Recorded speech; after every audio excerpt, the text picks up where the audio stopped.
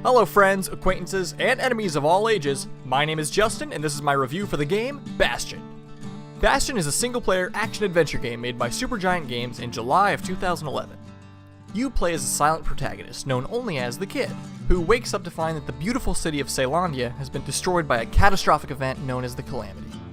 The Calamity destroyed much of this beautiful world, leaving only remains in the form of floating islands, also reducing most of Caelondia's people to ash.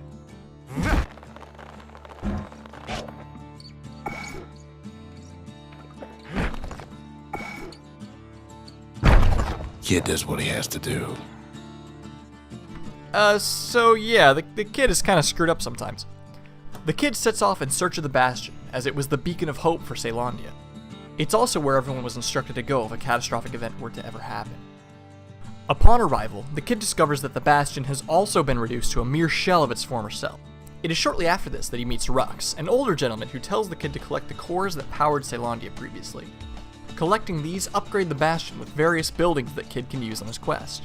You have the Arsenal, where you can choose from a range of weapons, the Distillery, which gives you various power-ups in the form of alcohol, and the Shrine, where you may invoke the gods, making the game harder, but also allowing the Kid to reap more rewards. Not long into the game, the Kid meets two survivors, Zulf, an Ura who lived in Caelondia previously, and Zia, an Ura who was born and raised in Caelondia, but as such knows very little of her heritage. The story of Bastion really revolves around these characters, their interactions, and learning more about their pasts.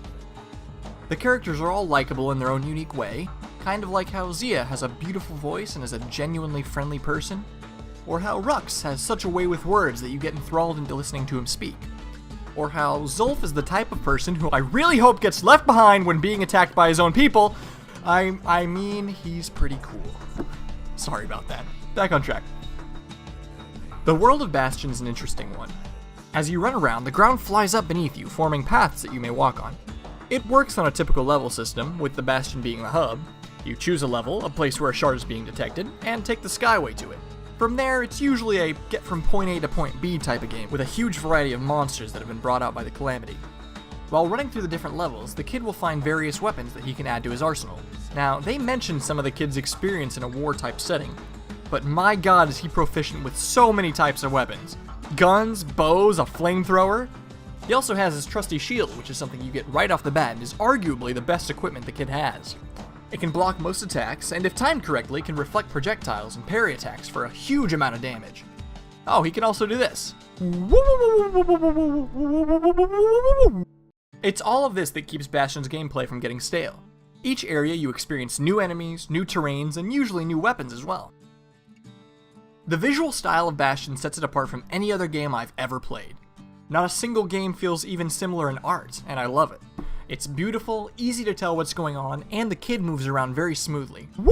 It's also the only game I've seen that uses this terrain mechanic. It's something relatively simple in concept, but as far as I'm aware, it's really never been done before, or at the very least done this well. And whether it's the Wharf District, Prosper's Bluff, or the Wild Outskirts, every area feels unique in both its design and its aesthetic. Now, the other big part of Bastion that stands out to me above any game I've ever played is its soundtrack. Almost all of it was made by the very talented Darren Cord, and it was the first video game to ever make me purchase its soundtrack for my own listening pleasure. Every song is good in its own right, and the times they use them in the game connect to you on an emotional level, making you feel for those affected by the Calamity. Coming up with flaws for Bastion was actually difficult for me, but the ones I was able to come up with are that the combat system could be a little bit deeper, and perhaps the story could be longer. At about 6.5 hours on average to beat the game, assuming you're just running through the story, but I highly recommend doing everything you can. So if it wasn't obvious, I hold Bastion in high regard. It is quite possibly my favorite video game of all time, and I can't get past the feelings of joy and wonder I had my first time playing it. I personally give Bastion 10 sad ash statues out of 10. Hey guys, thank you so much for watching this video. If you have any suggestions on how I can improve, let me know in the comments below. Also make sure to like the video if you enjoyed and subscribe, as it really will help me out. Thanks again and have a wonderful rest of your day.